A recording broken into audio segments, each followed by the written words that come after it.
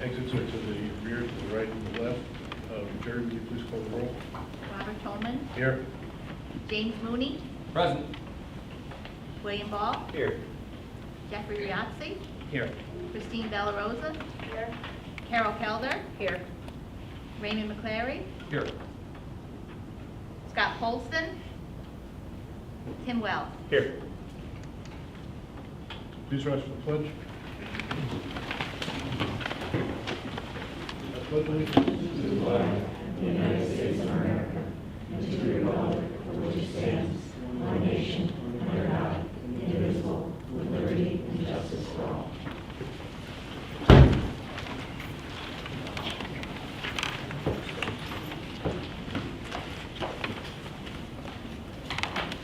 This meeting is called for the purpose of opening and tallying affidavit ballots, accepting the vote results, and the superintendent's report. I will go with the public recognition. Any member of the public to speak, please approach the podium, state your name and residence, and feel free to speak.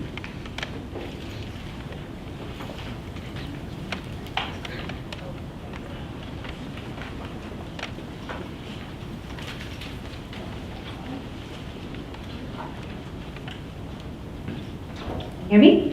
Okay, sorry to just jump that. Good evening, everybody. My name is Denise Ortlieb. I am president of the Saugerties Teachers Association. I apologize that we're here for tonight, as do all of you at this point. We're saddened by the fact that we're having to even have this meeting. For those of us that have been here as long as I have, which is 26 years, this is a little bit of deja vu. We've been here before, unfortunately, and it took us a good 10 years to get to basically back to what we lost after 2009 cuts. It was very tragic for us as a district. We lost a lot. It was a struggle for us to be able to provide the quality of education that we wanted to provide to the students of this community. I know tonight you're faced with a very difficult decision to make, obviously, at this point. All I wanted to say to you is I ask that you please consider carefully. I know Dr. Ursig is going to be presenting a number of different things for you to consider. I understand our time frame is not long. Obviously, it's a very short window. We want to maintain as much as possible for the students of this community. I know you feel that as well. We are concerned.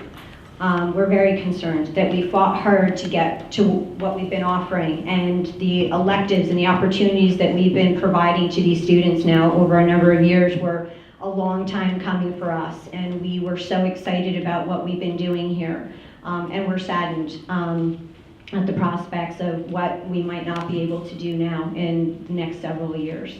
So I just ask that you think carefully about the opportunities that you're going to be asked to consider tonight moving forward before this next vote. And I appreciate your time and your fiduciary responsibility 100%, and I am sorry that we're all in the position that we're in, but I am just asking that you please keep in mind the people that are directly in contact with these kids every day, and how important it is, and how important class size is, and how important it is to try to remember that we're all here for the same basic reason, is to do the very, very best that we can for the children of this community. So I appreciate your time. Thank you.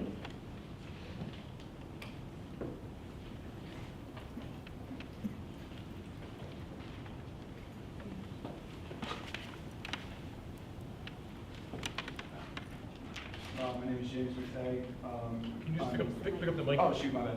Sorry. My name is James McTagg. I don't know if this is Underneath it. My name is James McTagg. I'm from 11th grade, and nice to meet you all. The role of music classes and activities in the Saugerties Music Department are ones like no other. Some of the music classes include band, choir, voice, and piano. I stand before you today to urge the board to keep and maintain these classes despite the unfortunate budgetary constraints. These previously mentioned programs are not only possible because of the students' interests, but they are possible as a result of teachers such as Mr. Cho, Mrs. MacDougall, Mr. Zelamsky, and Mr. Speary. If any members of the board have attended any of the previously performed musicals such as Little Shop of Horrors, Into the Woods, and this year's amazing production of Les Miserables, you would have clearly seen the amount of talent both on and off stage. As someone who has been doing musical theater since the age of 5, I can say that, without a doubt, it's nearly impossible to pull off shows of this caliber and high skill level without a stage crew and a pit band. In many cases, a student who currently takes band would have started in the 4th grade, Additionally, they would most likely continue to take band all through high school. This statement begs the question, why would you threaten to remove something that hundreds of students have worked hard towards? The majority of students in elementary schools would be thoroughly disappointed if a major music program such as band would be removed. Also, in February of 2017, a former SHS graduate, Jimmy Fallon, kindly donated $100 grand to help support the arts here at Saugerties High School.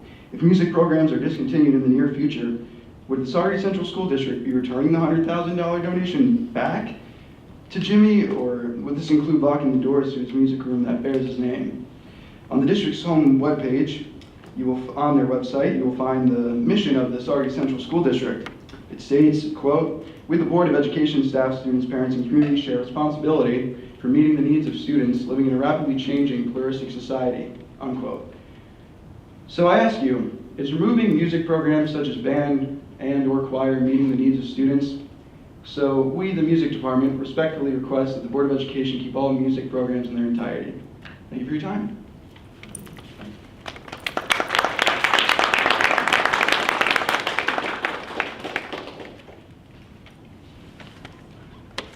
Hi, my name is Grace Hoff, and I'm a junior who is heavily involved in our music program. I've been in music electives since 4th grade when I joined band, followed by when I joined choir in 5th grade. Since then, I've taken almost every music elective / extracurricular offered at high school, and by the completion of my senior year next year, I will have taken every single music elective here. I'm currently the vice president for the drama club and the upcoming vice president for our high school band, along with being a leader in our choir and in our school a cappella group. Our music program and the teachers that are involved in it are what many people in all grades love and look forward to every day. Without the music program and the teachers that preside over it, I have no idea what I would do with my life. That may sound dramatic, but it's entirely the truth, since I'm planning on furthering my education in music after graduating next year. In fact, within the past few years, we've had quite a few students that love music and have therefore dedicated their time and education to further their education in music, including one student from the class of 2023, at least 2 students from the class of 2024, and myself in the class of 2025. I am so grateful that music was introduced to me in elementary school, and that many teachers have impacted my life profoundly in order to help me find my love in music and to help it grow to where it is today. Thank you for taking the time out of your day to listen to me, and I hope that any of the programs or teachers that may be under threat and are cherished at our school will get the chance to continue impacting students' lives profoundly. Thank you.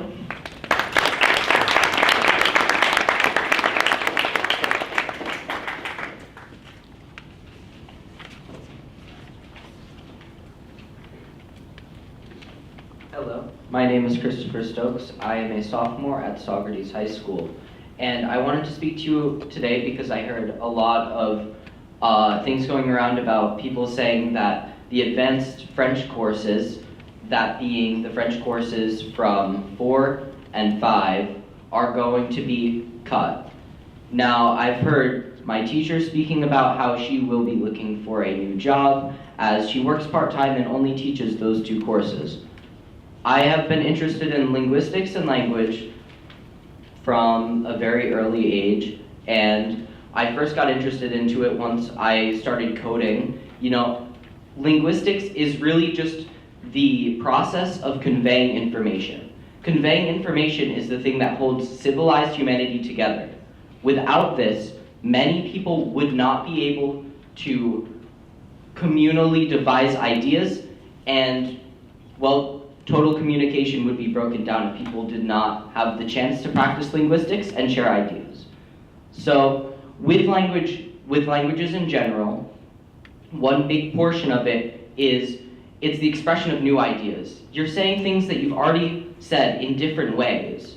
You're communicating the same ideas in ways which are different from how you would normally do it, and this appeals to a greater audience.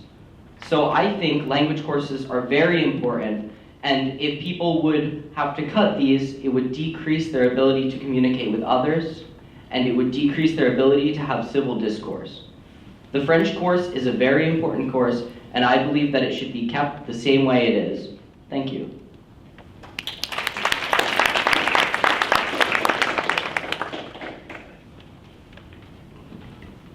Hi, my name is Sean Mahoney, and I'm currently a senior. I'm here to talk about the music classes. I've been taking music all 4 years of high school, and I'm here to talk about why the music program is necessary. I have taken music theory, all 3 levels of voice and piano, and I have been a member of the senior high choir for the majority of my high school experience, which I'm also vice president of, and I'm the president of the drama club, which is full of music. When I step into the music wing, it feels like I'm stepping into a different world, like a different part of the school. The students and teachers who are involved in the music department are incredibly kind, smart, and passionate for what they love. And this program as a whole gave me a place to express myself and meet new like-minded people when I was struggling to make friends. And it's a very safe space to be yourself and to learn and to grow, when sometimes it felt like there was no other place to do that here.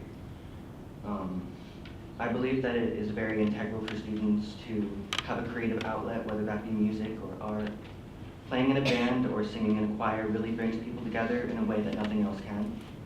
My best memories from high school are singing in choir, taking voice class, playing piano, performing in the musicals and the recitals, and making lifelong memories with my best friends, who I all met through music. The teachers are some of the most generous and loving people I've ever met. Mrs. McDougall and Mr. Zelamsky have taught me everything I know and have been there to support me all these years. And Mr. Cho lets me eat lunch in his room sometimes, even though I'm not even in the band. Taking these classes here at Saugerties has helped me realize what I want to do with my life. I've known what I wanted to do all my life, but this really solidified it. I want to be on Broadway, and I want to be a singer and make my own music. And the teachers here really made me feel like that dream, which seemed impossible, could be a reality. And although I'm only leaving in a few weeks and I'll miss it a lot, I desperately wish for my underclassmen and future generations to experience the joys of making music and for them to feel the magic that I felt when I was making my high school memories. Because in the hardest of times, people may not be there for you, but music will always be there. Thank you.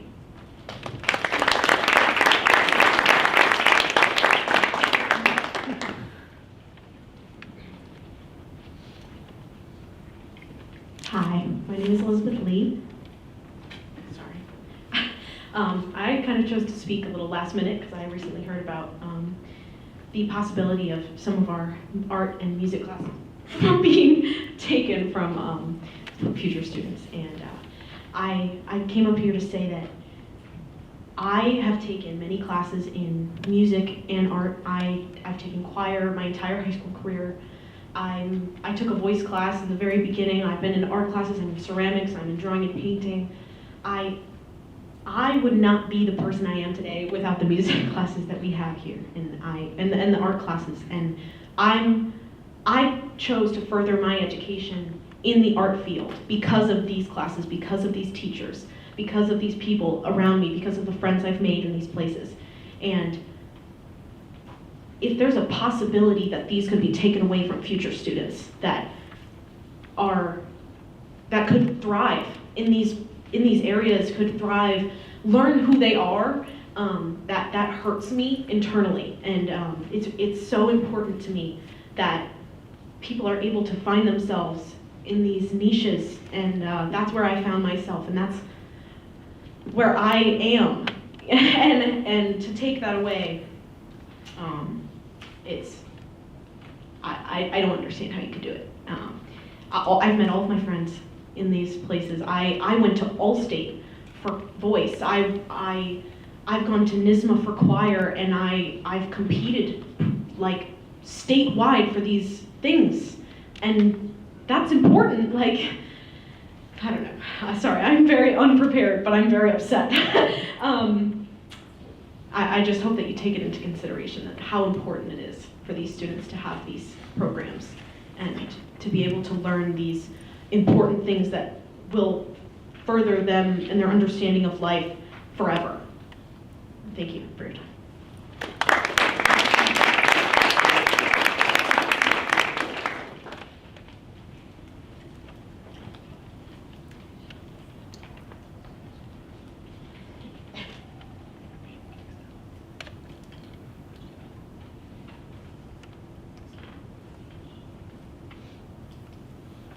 If there's no one else, we're going to take a short break while Jerry tabulates the affidavit votes, and we'll come back out and approve the election results.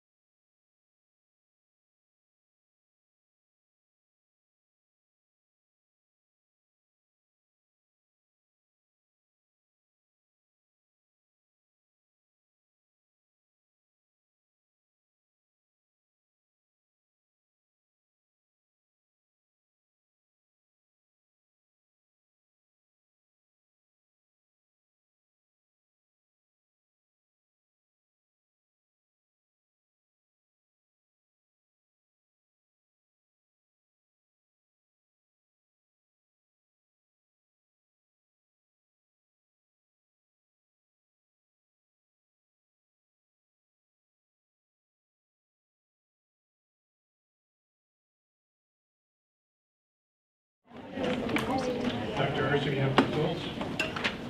Sure, because I was nominated to read the results.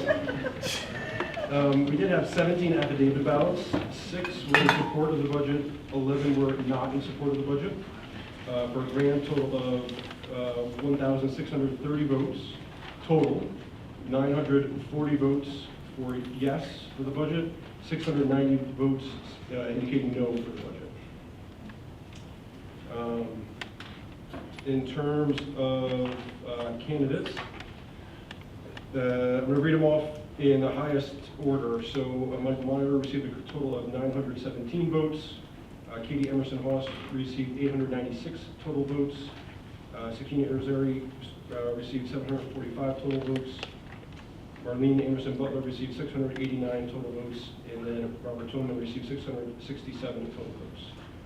So by this, the top 3 vote getters would be Mr. Meyer, Ms. Emerson Haas, and Mr. Irizarry. So I'll entertain a motion to accept the voting results.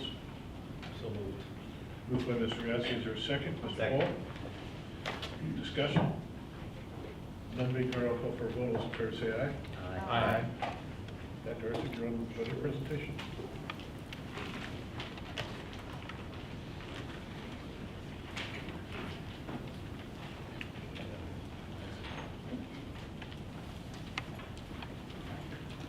So before I start, and while they're getting set up, I think our students who spoke tonight deserve a round of applause for advocating for themselves.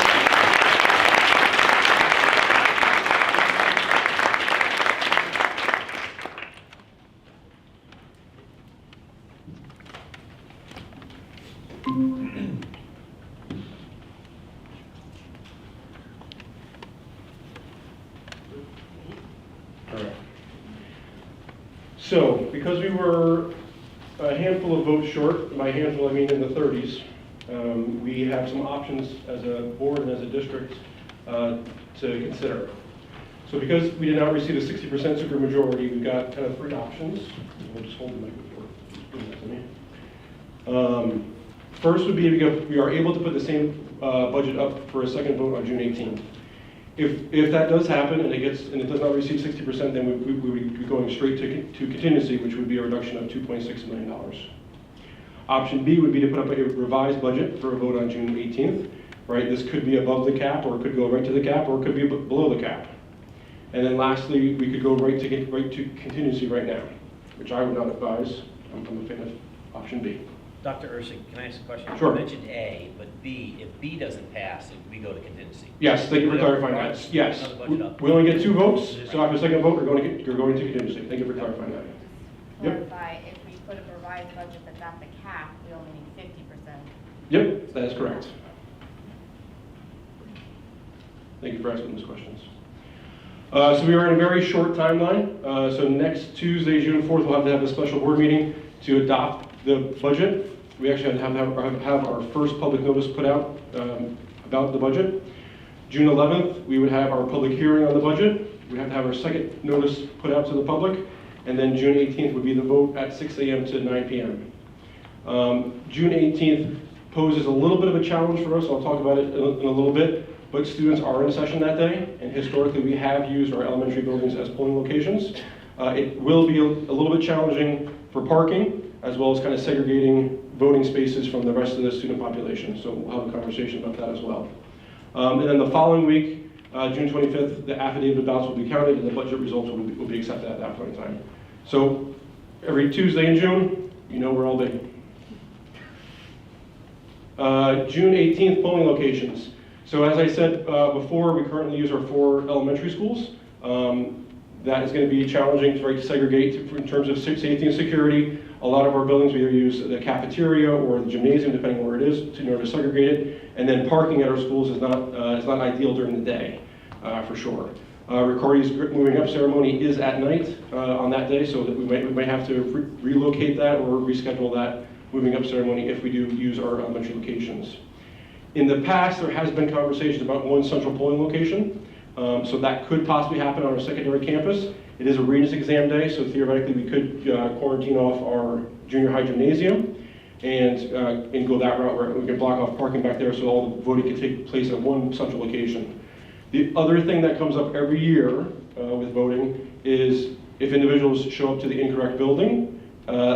In my impression, from what I hear, they're not always given the accurate information as they can just fill out an affidavit about there, or they're told to go to another building, which does create some confusion.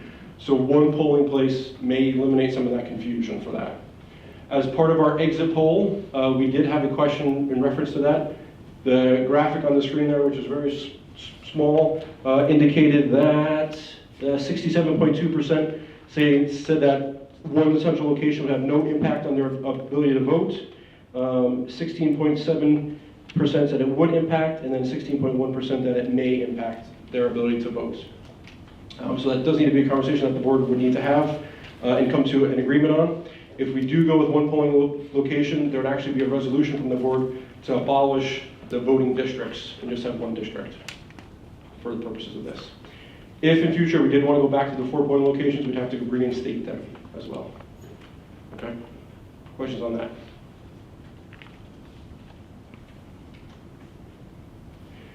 Now I wanted to share the results of our survey. We had 355 people fill out paper surveys on election day. Another couple hundred came in after the fact, after I sent out the reminder about it for that. So this first one is just a visualization of where people reside. So 31% from Riccardi, Cahill 30%, and then 28% was Morris. And then Mount Marion is there in red. We did ask in the future polling locations, so we spoke about that. What is your relationship to Saugerties Central School District? So this kind of gauged if they have children in it, if they have children who graduated, employees and so forth. Grade levels of children, so it's kind of a wide swath of those represented in the voting. Graduates, so 36% of graduates of Saugerties who voted, 516 responses. This one, the question was, do you feel you had adequate information about the budget? We had 505 responses, 68% indicated that they had.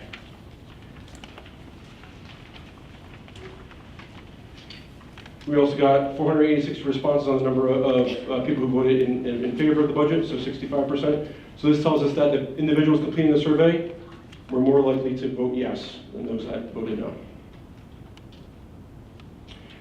If individuals did vote no, these were the 4 highest categories that were there. So I support education but can't afford the cost, was about 55% or 101 votes or on the survey responses. I do not support the cuts made by the budget, was 28%. I believe additional cuts are needed, 41%, and it exceeded the New York State tax levy limit, 50%.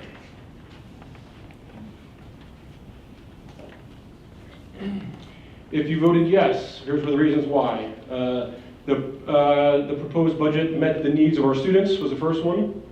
Supporting public education is important, that is 85.5%. I understood the need for reductions, 17%. The budget increase was reasonable, was 42%, and then the budget increase was, I'm drawing a blank on that one. I can look it up, but it was 23%. Sorry. In the past, how have you typically voted? So 73% typically voted positive, yes for the budget in the past. So this kind of indicates that there was some swing between this budget vote and prior year's vote. Where did you get your information from? Board of Education meetings, 24%, district newsletter, 58%, district website, 30%, social media, 29%, friends and neighbors, 26%, local news media, 17%, PTA, 4%, and school district staff members, 19.7%, and 2.2% got information from students. Then this year we asked if the budget is defeated and needs to be placed for a vote again, I would support. So the big blue box, that 57% roughly, would be retrying the approval of this budget to prevent further cuts to non-mandated programs. 19% said making $569,000 in reductions, which gets us to the New York State tax levy limit, while still using that $3 million in reserves and fund balance. 12.9% indicated that we need additional $1.5 million in cuts to get to the tax levy limit and use less for reserves. And then lastly, 11.2% said that they want to go straight to contingency budget.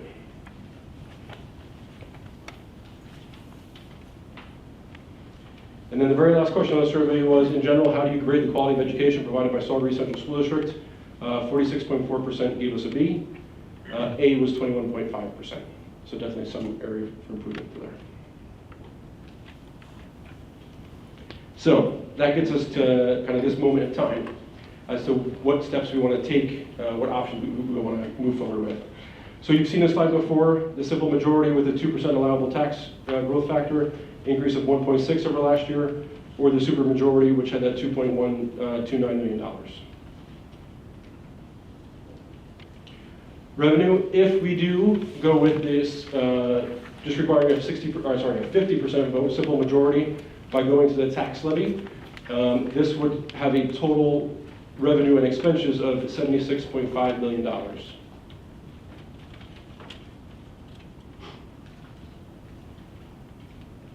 right. If we go out to vote again and it does not pass, we have to go to contingency, which is $2.6 million in reductions.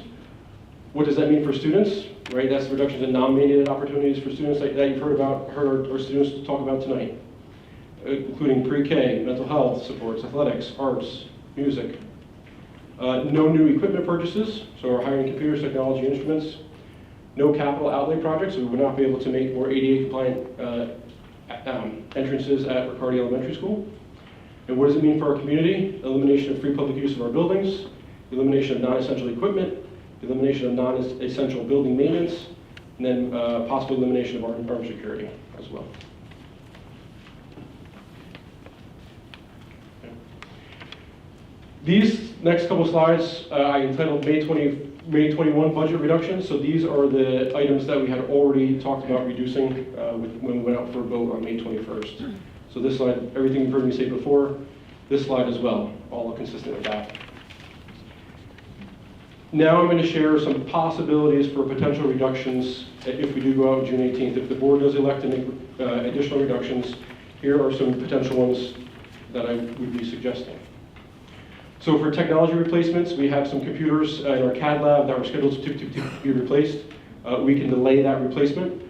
Students will be using older software and so forth. They don't have the updated technology, as well as some interactive displays that we were on a cycle to replace our displays. Pre-K, we had spoken several times about us needing to contribute $80,000 for pre-K for it to be sustaining next year. So we could go out for an RFP for pre-K, so we could go out to the public, ask if there's any community-based organizations that would like to provide pre-K to our students at the contribution rate that we get from the state. Right? If we do that, we run the risk of not having a pre-K provider next year. In the past, I'm told that there were 2 applicants for that in the past. Modified sports, right? The whole entirety of sports could be eliminated. I'm kind of picking out modified sports. It is the smallest component of the sports budget. If anybody has students, right, it's all hand-me-down uniforms, and they have a smaller number of games that they participate in, and usually it's a limited number of officials who participate as well. District-sponsored field trips could be reduced, and then armed security. On the next slide, we have a possibility of reducing the nurse who was already reduced to part-time to eliminate that entire position. If we do, really there's 2 things that we could do. One would be if we don't get any successful bids for pre-K, we could eliminate pre-K altogether, then we don't need a nurse to support that. That's number 1. Or we could look at moving some of those pre-K classrooms back into our other elementary buildings. We would not be able to have 5 classes like we do now, so we wouldn't be able to provide it for 80 students. We might be able to provide it for 4 classes of 18 students, unless there is somebody in the community who's willing to house it in one of their spaces as well. If it is back in our elementary buildings, then the elementary nurse there could service those students. 1 FTE in the business office, so we do have a retirement. So currently right now we've got 2 staff members who are part of our transportation department. We would like to combine that into 1 person with more responsibilities and reassign other responsibilities that are outside of the transportation realm that these individuals work on as well. At the secondary level, we could reduce down to 5 full-time school counselors and then 1 part-time school counselor. So one possibility could be that 5 full-time counselors are for grades 7 through 12, and then our part-time counselor could support our elementary schools for that. If we do that, it's a strong possibility we may lose our E&L support for our Spanish-speaking families for that. We do have one full-time position AP at the secondary level. Currently, we did create an AP/AD position at the secondary level. Right, so part-time athletic director, part-time assistant principal, focusing on attendance.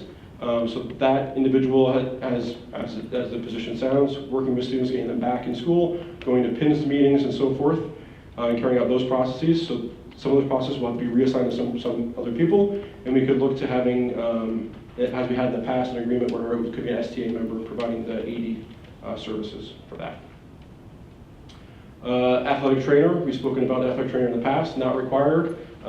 There's always kind of conversation and buzz about being required, but I haven't seen anything written in paper about it.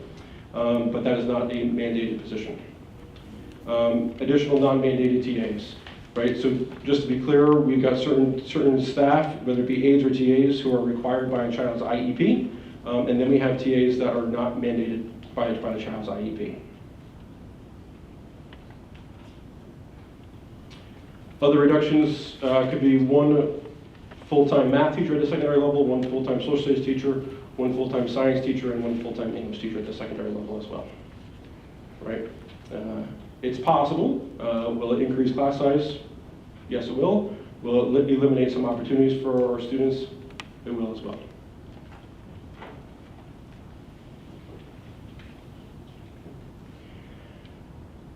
While those reductions, so the reductions on those 3 slides total about $1.5 million. Right. While we are looking at reductions, we also need to address our needs. You've heard me repeat some of these things in the past.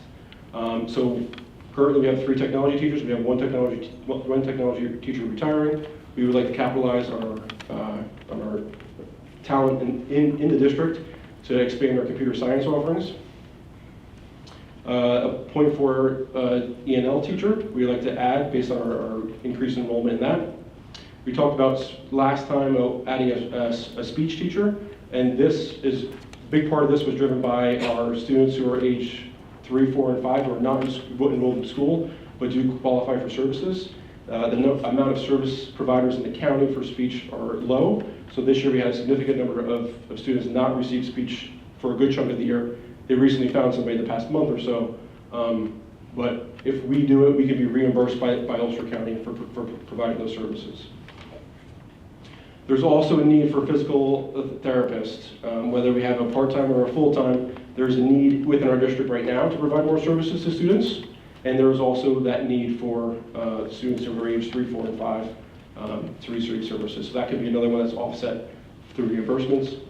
And then last one, this is also new as with the previous one, would be another additional certified reading teacher that we would either be certified in Wilson or we would train to be certified in Wilson to provide to provide reading services to those with a specialized reading program listed on their child's IEP. We did have a significant increase in the past month and a half of students who have been identified and provided that support.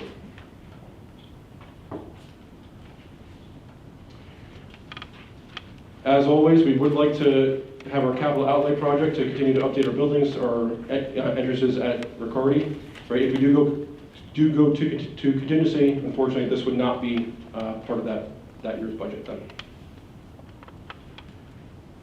All right. Absentee ballots, applications are going to be due by June 11th. Application is due by June 17th. If we're in person, everything needs to be received by 5 p.m. on Tuesday, June 18th for that. And then I'll just go back to our timeline to just remind everybody that next Tuesday, the board will have to adopt the budget. On June 11th, there'll be the public hearing. The 18th will be the vote. And then June 25th, we will count the affidavits and then accept the budget. At this time, I'll really open up to the board for conversation and dialogue on kind of on two things, well, maybe several things, I should say, right? One being the number of polling locations, one being the board's willingness to go to the tax cap or above the tax cap, and then we can have a conversation too about what reductions for the reductions would have to be made. So Dr. Ursic, if I go to page 18, just so I understand the number here, and we use $300,000 home. So the difference of a simple majority vote, right, which about 300 more people voted yes than no, and what we needed for a supermajority vote was $57. Am I reading that right? That is correct. Okay. So if I look at, okay, so the difference in the taxes between being able to add another $1 million and not having to do any of these cuts that you, for June 18, is $57 on a $300,000 home. Do I have that right? Well, not necessarily a million, I mean, 569,000. 569. Yeah, Okay, got but you are correct. it. Okay.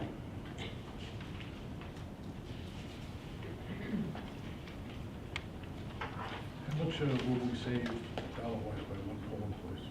By what? By one polling place? That number I don't have off the top of my, we could research it and find it. Obviously, it's going to be, we wouldn't need as many voting machines, we could have less poll workers. Poll workers is always a little bit of a struggle. Yes, there's a big list to get it, but Jerry scrambles last minute to fill vacancies and so forth. So we can put that number together for you as well.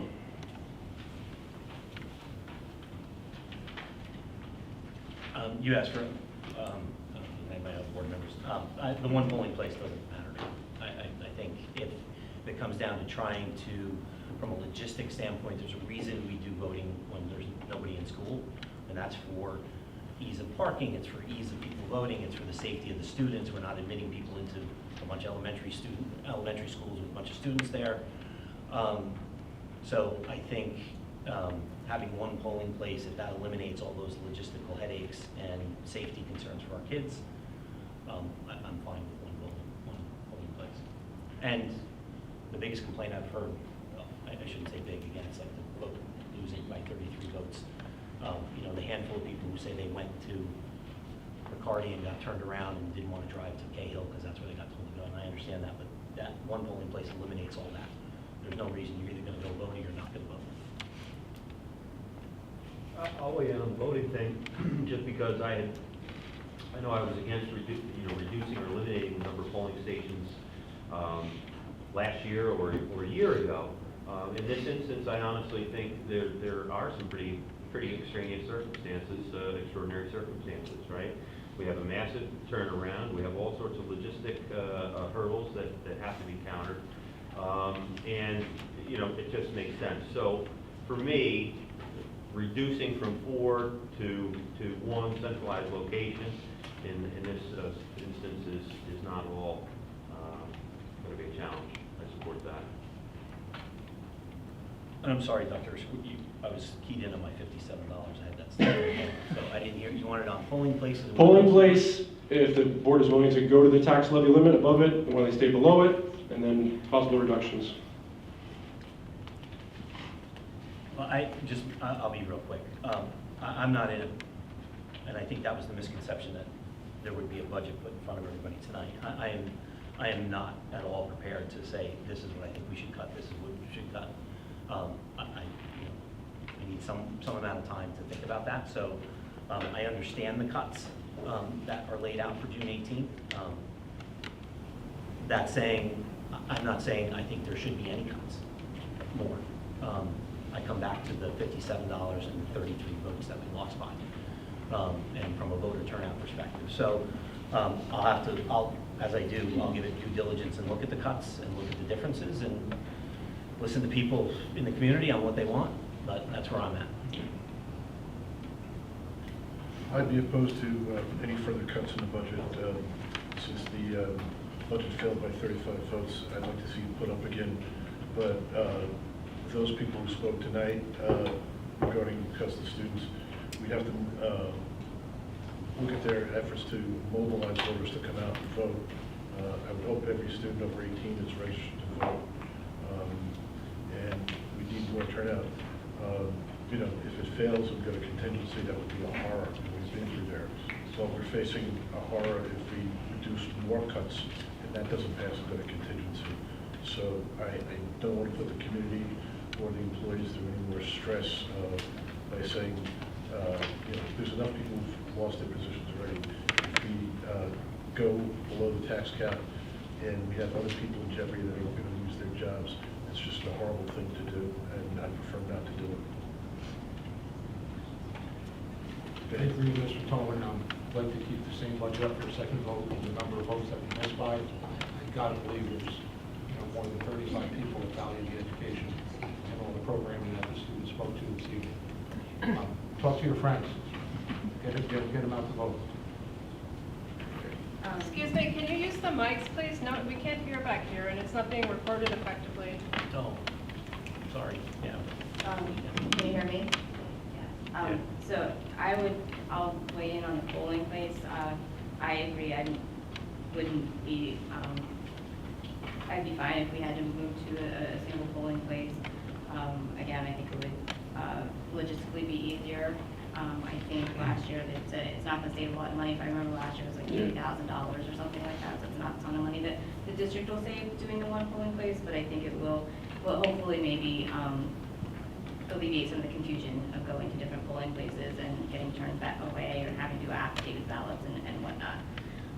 In regards to the new budget, I don't know what we're supposed to be voting on tonight or making decisions on, but my feeling would be to try and go back at the cap rather than again at above the cap. I think, you know, yes, it was only 34 votes, but there's another month or so for people to mobilize for the people who don't want us to go above the cap still. And I think, you know, some of the results were part of the reason why they voted no was because it was above the cap, and there was a high percentage of that. And I'm not a gambling person, and I would rather cut maybe $500,000 in something. But if it's not positions, it's going to have to be something. But I'd rather lose $500,000 versus $2.6 million if we go then to the cap, above the cap, and miss the vote again. I think we could easily get 50% if we stay at the cap. That's my perspective. I would really have a hard time risking contingency. That's my point of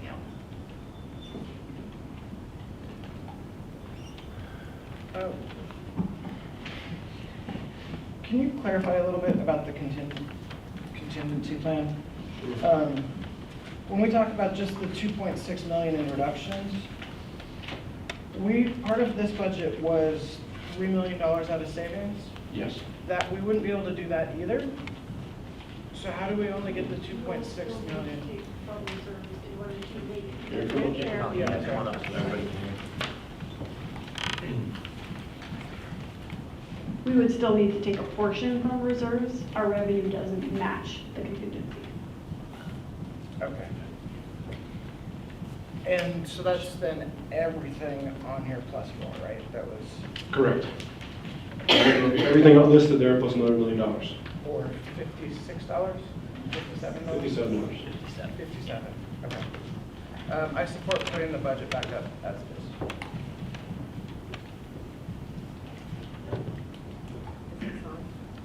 Not yet.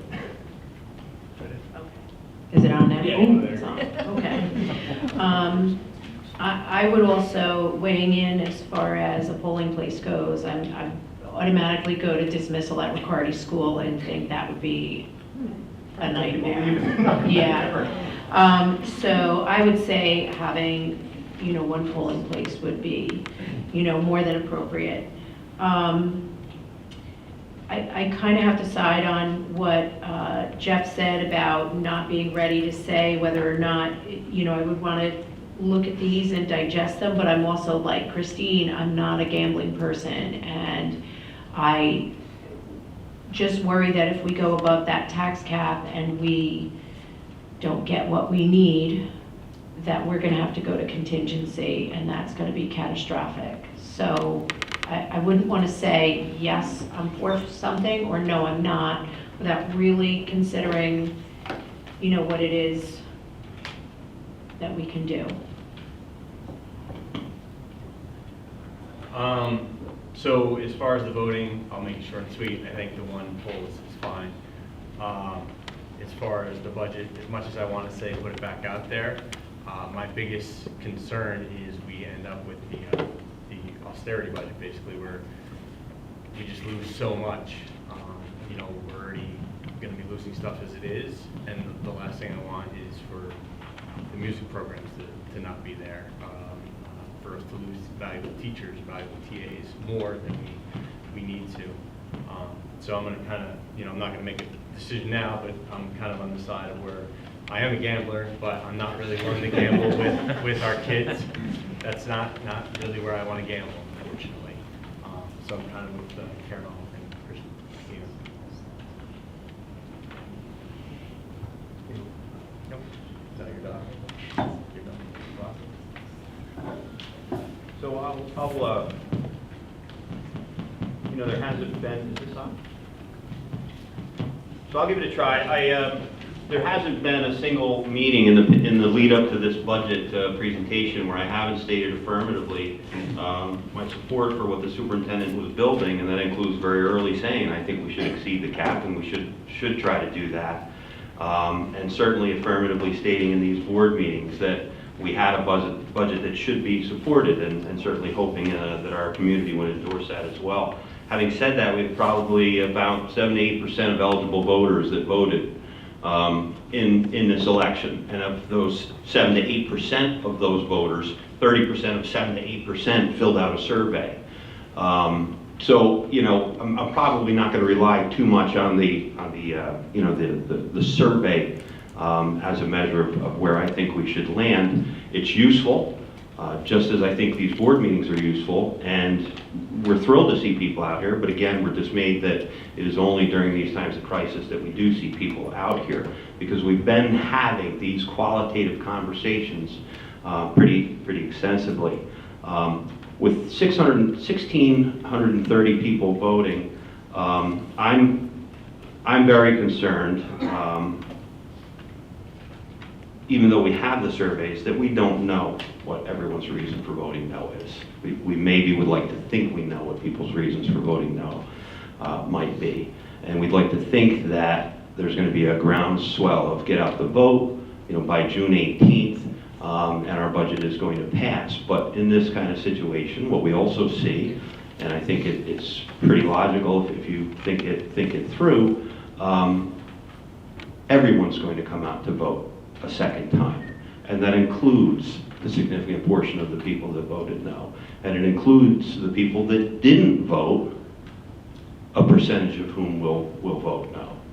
So I, despite having been out in front with the, exceed the cap desire for our budget, am not at all interested in doing anything other than having and supporting what would be a budget within the cap, within the state spending cap. And that is simply for this reason. I don't trust that I know the reasons why people voted no. I'm concerned about the turnout. And if this vote goes down a second time, as the president of the STA, Ms. Ortlieb, said, as Dr. Ursig has said, as you've heard countless people say here, contingency is absolutely going to take us backwards years and years. And so I'm not in favor of putting the same budget back up. I'm in favor of putting a budget up that does not exceed the state cap, by which we simply need a simple majority, not a 60% majority.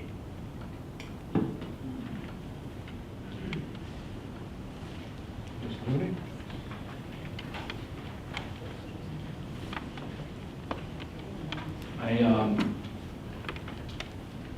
This is my 9th budget. And this was definitely the most difficult. But I think the biggest difficulty is, always hearing, kids stand up in front of you, very proud, very promising futures, and wanting to make sure in an altruistic way that future is there you know, they're underclassmen. But I think the thing that troubles me the most is when I look at the number of people who came out to vote. And it's not the number of people that voted, because it's usually about the same from year to year. But 700 people came out just to vote no. Not to vote for somebody for the board, just to vote no. So I'm not sure where I am. I don't want to see any cuts. But at the same time, I almost think that we have to play it safe for fear of risking more program loss. I think in 1 year, that would, because it's not going to be 1 year. It's going to be like 3. And to recapture all that time, from the last time this happened, it took us 6 years to get back up to where we were. So, I might err on the side of caution, and I know that's probably not popular tonight. But I think if we lose more people, we lose more programming, and we lose the confidence of our students. I'm also troubled by, I think there's a misconception here. We're assuming that if we go at the cap, the budget's going to pass. It could still get voted down, because there was a strong number of people, as Mr. Lee said, who came out to vote no specifically. I remember driving by on election day, and I was going past Cahill School, and there were a couple of parents out there with poster boards saying, you know, please vote. And people just driving by, I didn't see anybody stop to vote with those parents, and I applauded their efforts. But I think unless we really see community mobilization coming out to get people to come out to vote for the budget, we're still gambling either way. And that's of deep concern. We're not guaranteed if we come under the cap that we don't get a no vote and go to austerity. And I've been through the austerity thing as a parent, and it's the last place you want to be. I remember giving up my vacation to do fundraising so that kids could have a sports program. We had somebody who came out from the community anonymously who matched what the parents raised. And there's no guarantee that that's going to happen. There's no magic bullet here. So I guess I'd feel better about voting below the cap if we saw some more output, some more from the community saying, you know, they want to come out, they want the budget, they don't want these cuts. And I don't know how to make that happen.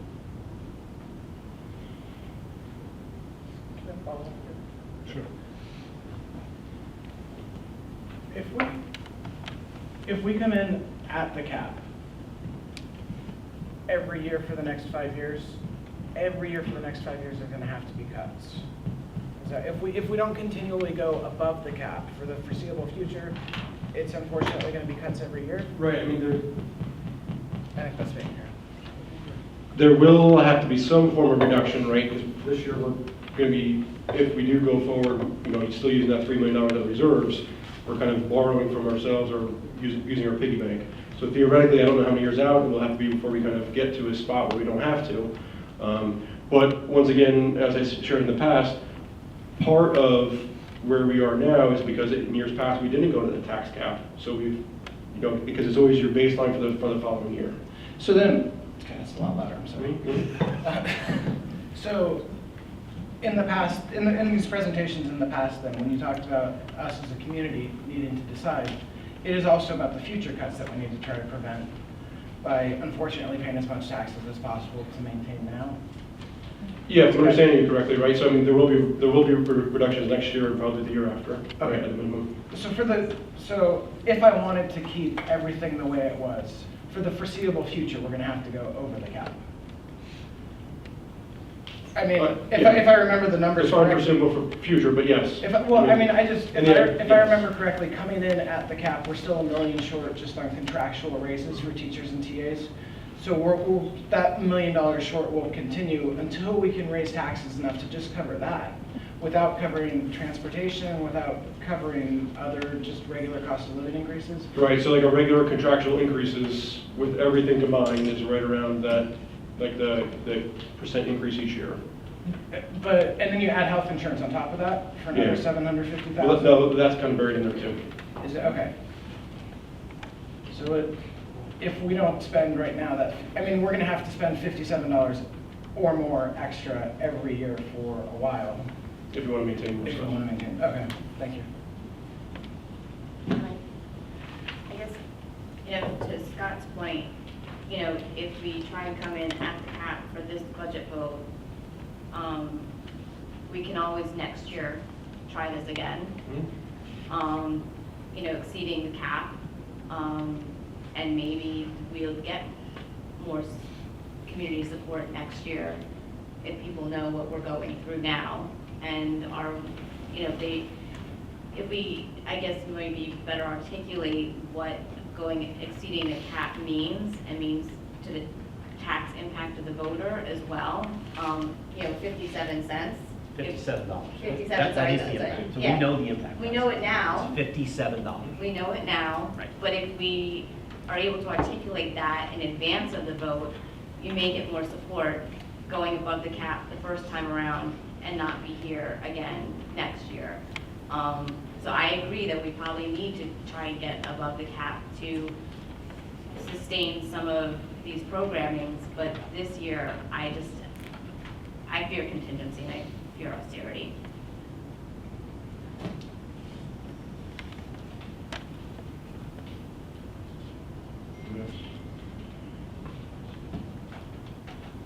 Right. And just for clarity's sake, once again, Jeff mentioned it earlier, we're not voting on a budget tonight. It will have to be next Tuesday, a special board meeting where the budget will be adopted by the board. So we'll take your consideration into that presentation. Thank you, everybody. And thank you again to our students.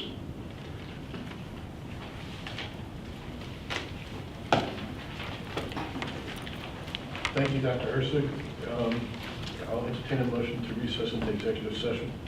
So moved. Second. Mr. Wells, any discussion? None being heard, I'll call for a vote. All those in favor say aye. Aye. We're just going into executive session to discuss some personnel matters, and we'll be coming up to adjourn the meeting. We don't plan on any votes coming out of executive session tonight.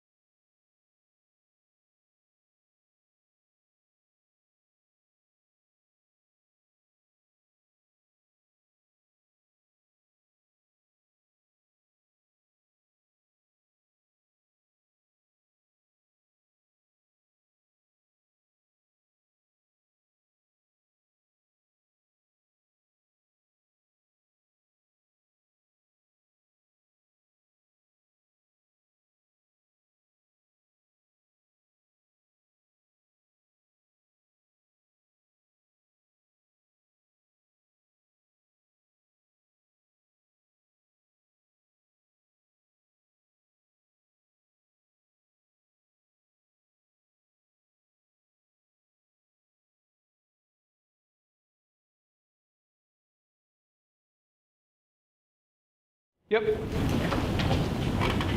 Entertain a motion to come out of executive session. Moved by Mr. Ball. Is there a second? Ms. Villarosa. Any discussion? None being heard, I'll call for a vote. All those in favor say aye. Aye. Motion to adjourn. Motion. Motion by Mr. Mooney. Is there a second? Second. Second by Ms. Kelder. Any discussion? None being heard, I'll call for a vote. All those in favor say aye. Aye.